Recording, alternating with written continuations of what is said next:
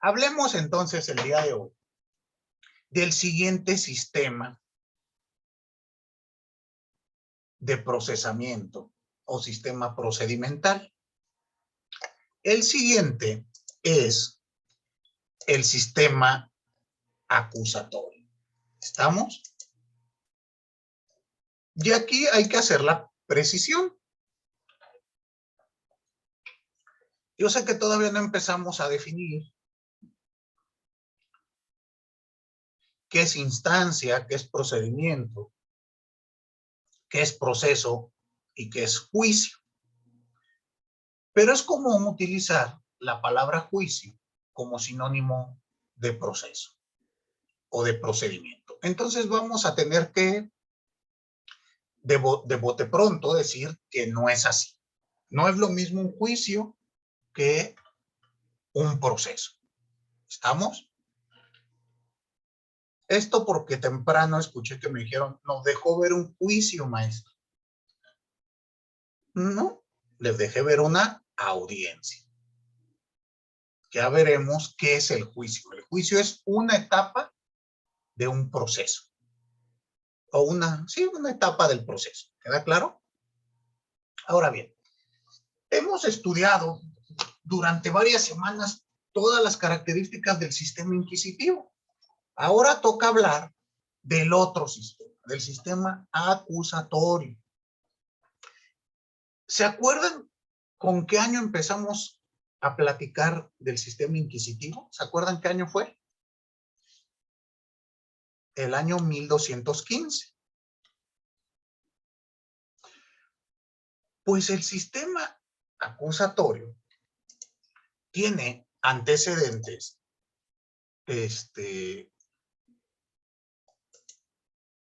similares a este, pero también surge desde la antigüedad. Es decir,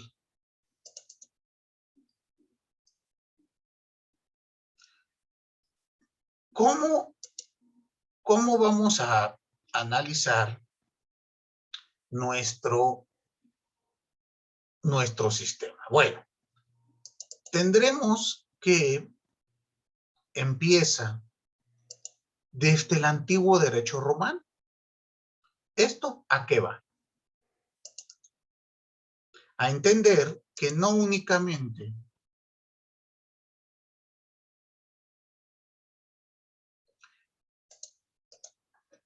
el sistema acusatorio va a ser nuevo.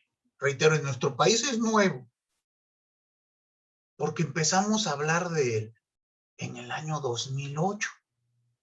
Cuando yo estudié, a mí no me explicaron que existían procedimientos acusatorios, inquisitivos, ni nada. A mí me dijeron, hay un proceso y es este y se acabó. Cuando en otros países, por ejemplo en Argentina,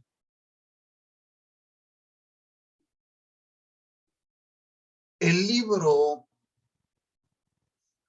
de Hugo Alsina, su tratado de derecho, tratado teórico práctico de derecho procesal civil y comercial, que es del año 1956,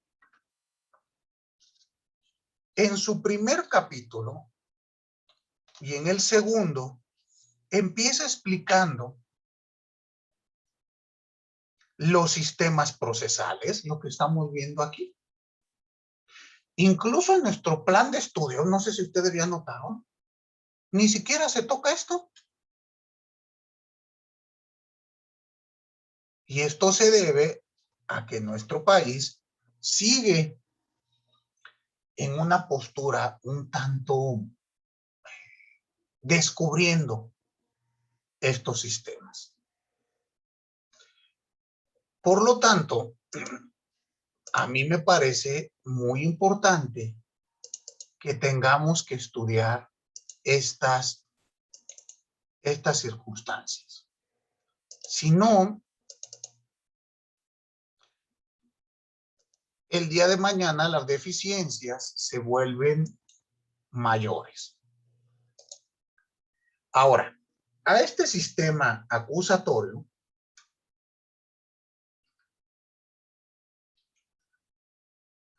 se le conoce como acusatorio en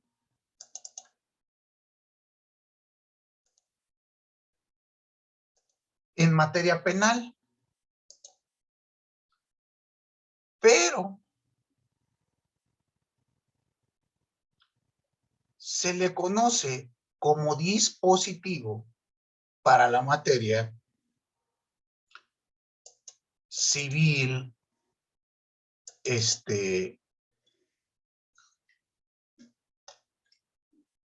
civil, administrativo, etcétera, etcétera, etcétera.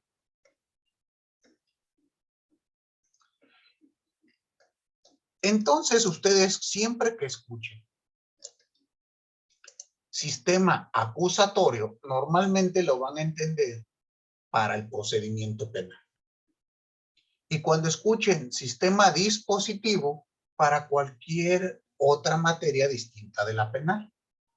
Pero se están refiriendo al mismo. Hablar de la historia de los sistemas a mí me parece muy interesante, pero luego ya resulta tedioso. Entonces, ¿qué vamos a hacer? Les voy a enviar un documento para que ustedes estudien de manera resumida algunos aspectos del origen y evolución de este proceso penal.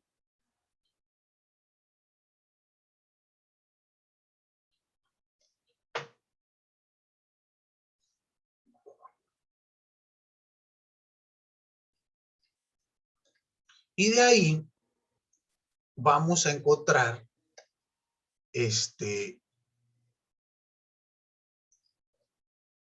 nuestra piedra toque en el proceso inglés. Aquí analizaremos, o en el documento que les voy a mandar viene la evolución del procedimiento penal de manera muy resumida, desde el antiguo derecho romano hasta los albores del siglo XX, hasta la mitad del siglo XX. ¿Sale? Viene muy resumido y yo me voy a enfocar, al igual que en el proceso inquisitivo, desde la Edad Media. Igual desde 1215. ¿Queda claro? Y esto les servirá, bueno, habrá compañeros y compañeras que les guste la historia, habrá otros que no les guste para nada. Entonces, espero que a los que les guste les parezca un documento entretenido y a los que no les sea tan tedioso. Muy bien. Entonces, aquí vamos a tener este aspecto. Tenemos que hablar. ¿Ya les llegó el documento? Sí, sí lo pueden abrir. Muy bien, porque terminando esto de los sistemas, hablaré de la evolución de la ciencia procesal, que este tema sí viene en el plan de estudios. Lo que se conoce como la unidad de la ciencia procesal, hay que estudiarla. A pesar de ser una ciencia de relativa nueva creación en el plano del derecho, vamos a ver que hay bastante. Acuérdense que en el plano del derecho relativa nueva creación son 2 siglos. ¿Estamos?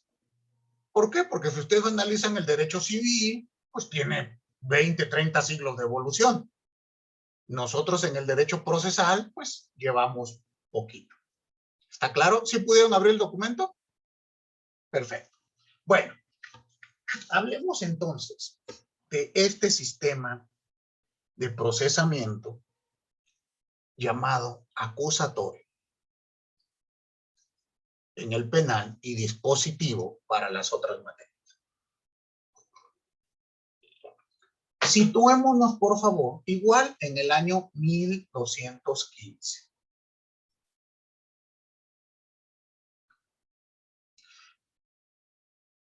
En el 1215 tenemos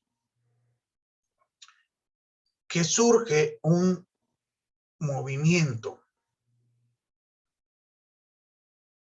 Bueno, surge en la historia un documento jurídico que es el que posteriormente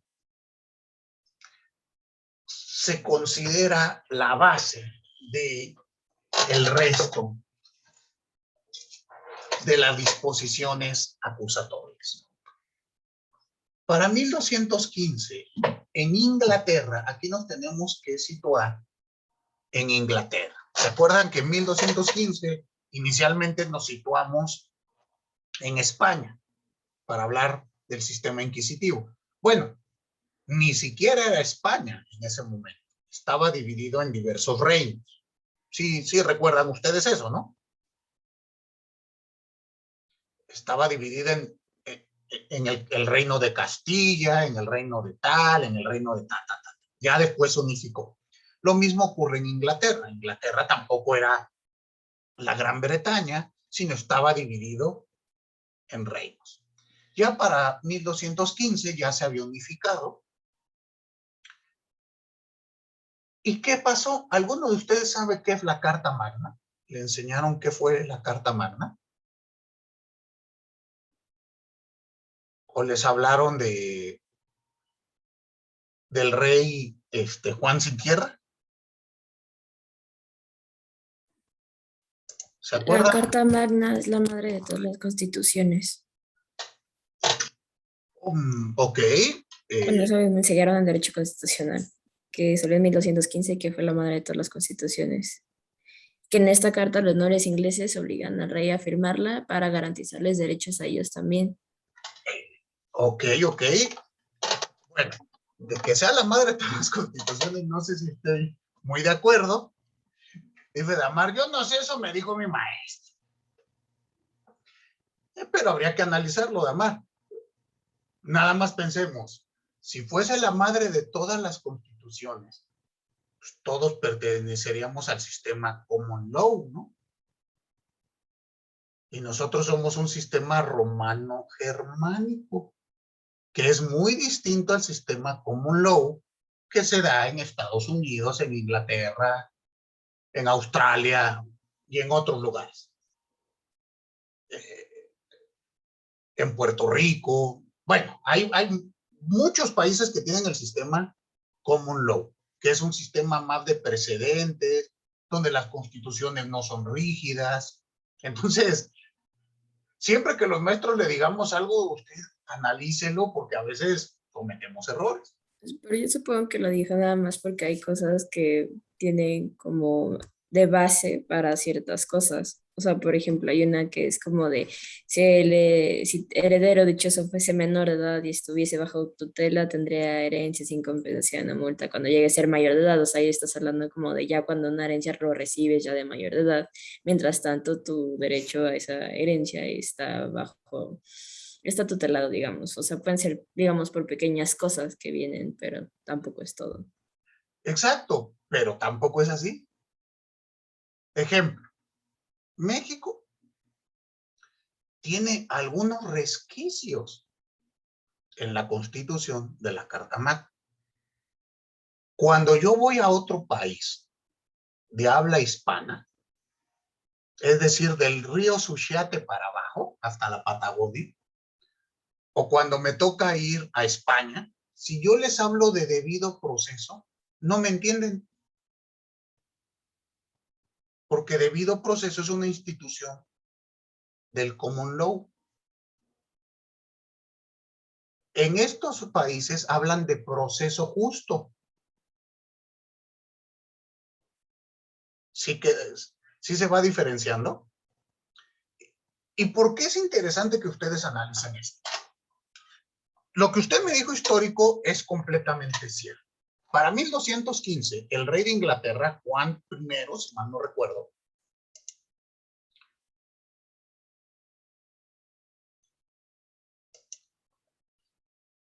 Piensen ustedes esta circunstancia. A medio año, el rey había despilfarrado las arcas públicas. Se había gastado el dinero que habían tributado los señores feudales. Estamos en inglés los lord, que le llaman, o lores, castellanizadamente ahora. Y se le hizo fácil decir, pues vamos a crear nuevos impuestos.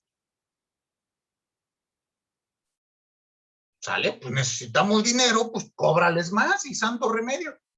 Esto en la Edad Media. Obvio que en este siglo XXI nunca verían ustedes una cosa así, ¿o sí? ¿Verdad que ya no pasa? Que nos sigan subiendo impuestos a pesar de que ya pagamos nuestros impuestos. Bueno, en esa época sí ocurrió. Pero como a quien le subieron los impuestos o a los que les pretendían cobrar nuevo emolumento era a los dueños de la tierra, bueno, no dueños de la tierra, sino a los señores feudales, a los dueños del capital, pues hubo una revuelta. Y en esta revuelta casi hacen que el rey tuviera que abdicar, es decir, renunciar a la corona. El único modo en que el rey logró conservar la corona fue precisamente expidiendo la Carta Magna.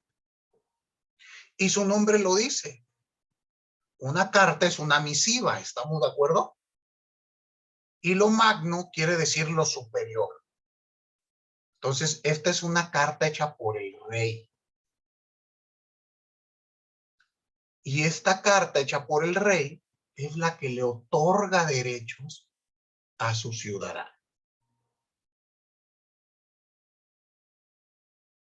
¿Notan ustedes la diferencia del origen del sistema inquisitivo a esta del sistema acusatorio? ¿Qué fue lo que pasó? En esta carta,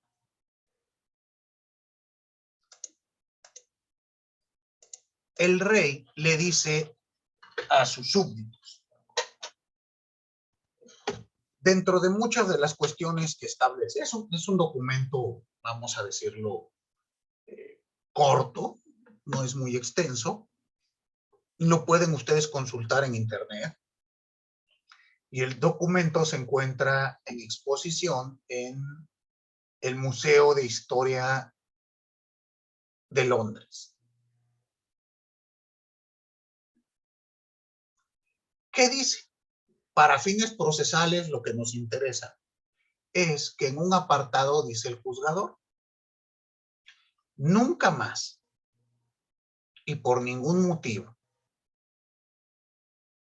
podrán ser privados o molestados en sus documentos, propiedades, posesiones, su persona o su familia, sino mediante un procedimiento previamente establecido en ley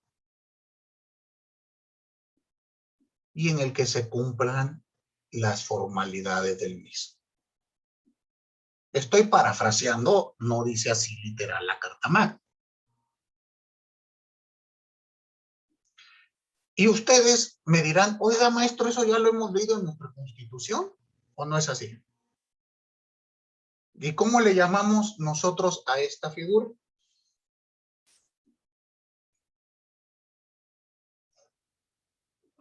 ¿No se acuerdan?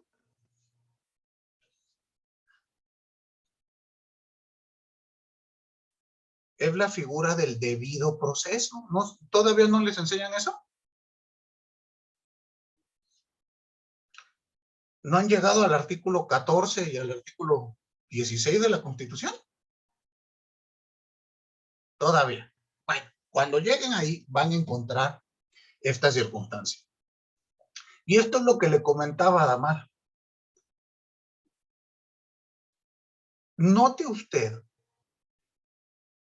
que esta es una figura del common law.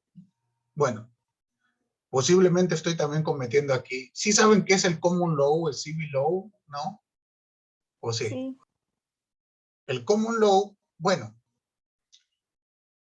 si usted, Damar, escucha la palabra debido proceso, ¿no le suena raro?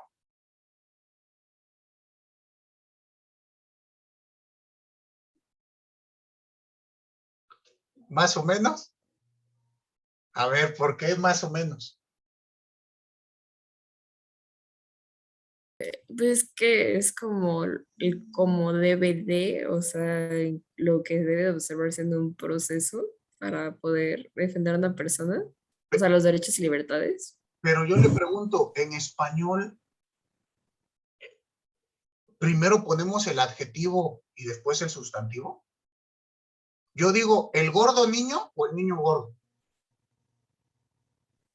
Mm, no, pues nosotros decimos el niño gordo, primero el sustantivo y luego el adjetivo. Y cuando usted dice el debido proceso, ¿qué va primero? Está el adjetivo primero. Cuando usted dice Suprema Corte de Justicia, ¿no le brinca algo en su cerebro?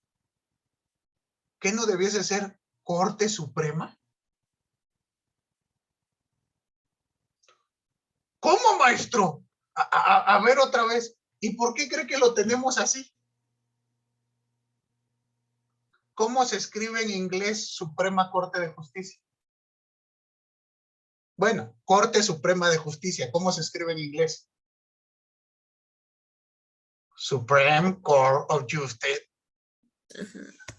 Y si hiciéramos una traducción tipo Google Translate, ¿cómo se traduciría así, literal? Suprema Corte de Justicia de la Nación, ¿están de acuerdo? Eso fue lo que pasó.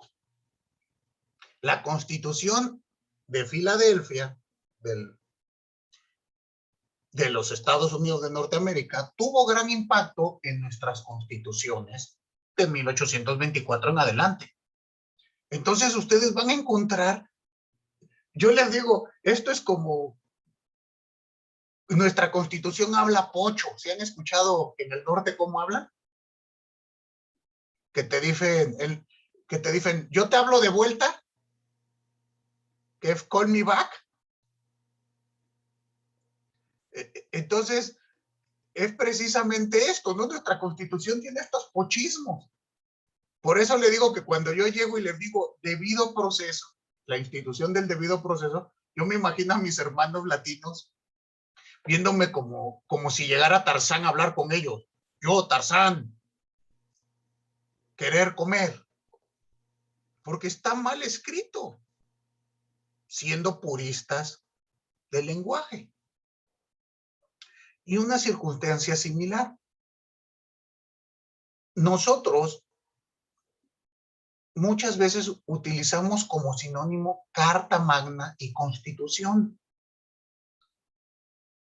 A mí me parece que no es adecuado. ¿Por qué? Porque como les acabo de platicar, una Carta Magna es una canonjía que nos dio un rey. Y yo les pregunto, ¿su constitución fue expedida por un rey? Incluso la Carta Magna no es considerada una constitución en Inglaterra. La constitución llegó después.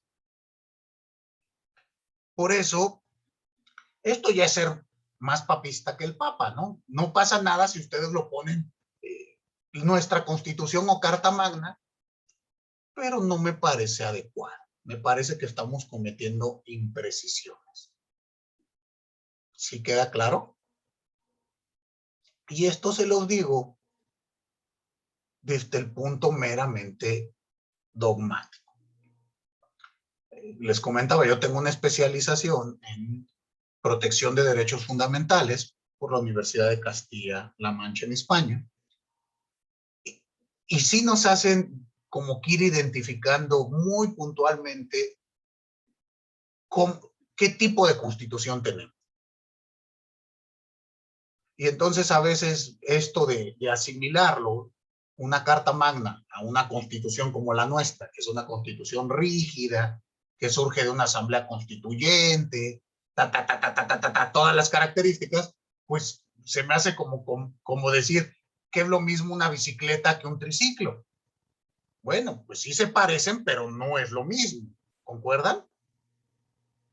No quiere decir que una sea mejor que la otra ni nada, sino simplemente son cuestiones distintas.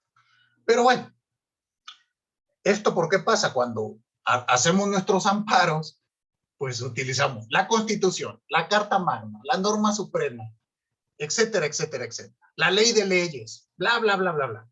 Bueno, pues esto nos puede ocasionar a veces conflictos. Tal vez en el proceso no, pero en una tesis, en un artículo académico que hagan, pues sí les puede tocar un maestro que les pida precisiones. Entonces, el día de mañana no tengan ustedes problemas con esto. ¿Qué pasó con esto de la Carta Magna?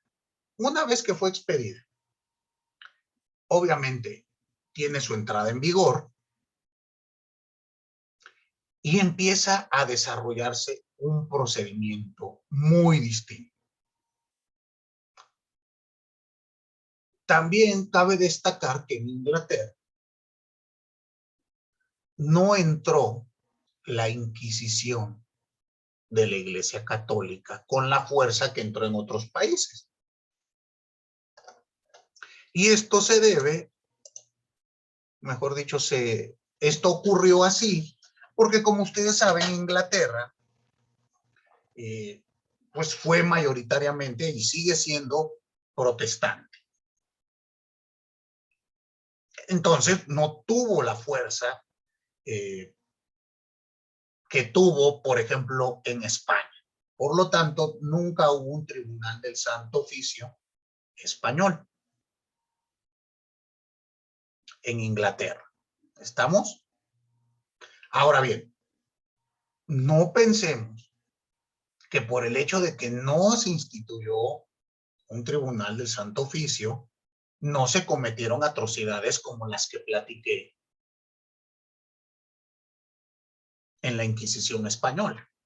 Claro que también hubo muchísimas, tienen mucho tema de qué platicar ellos. Les platicaba a ustedes el libro Las Brujas de Salem. Pero dense cuenta que ahí no es un tribunal especial, no es un tribunal del Santo Oficio ni nada, sino es el sistema mismo.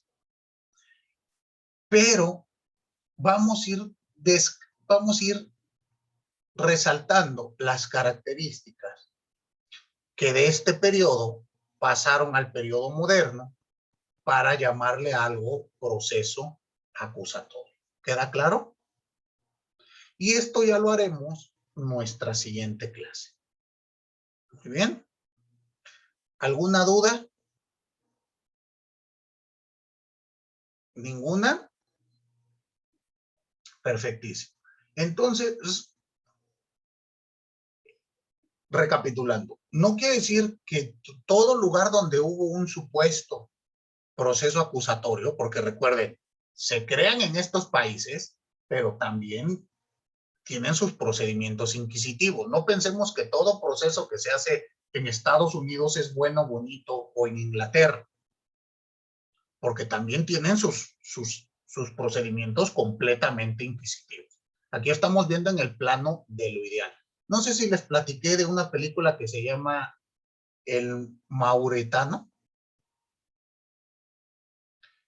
Es una película que habla de las Torres Gemelas, ya ven que apenas se cumplió años de ella, de cómo meten 10 años a la cárcel a un sujeto sin proceso por considerarlo cómplice del atentado terrorista.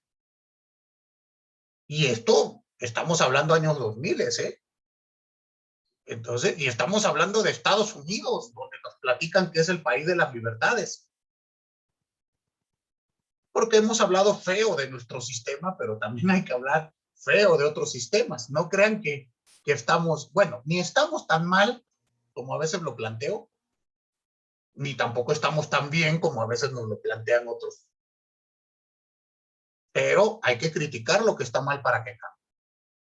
Y este sistema, estas ideas inquisitivas están presentes en todo el mundo. ¿Queda claro? Bueno, pues no habiendo dudas, les agradezco a todos y a todas su atención. Les deseo un excelente inicio de semana y nos vemos por acá el día miércoles. Muchísimas gracias, nos vemos. Hasta luego, profesor. Gracias, No, profe. profesor, Hasta Hasta luego. luego. Hasta luego, profesor. Nos vemos. Nos vemos.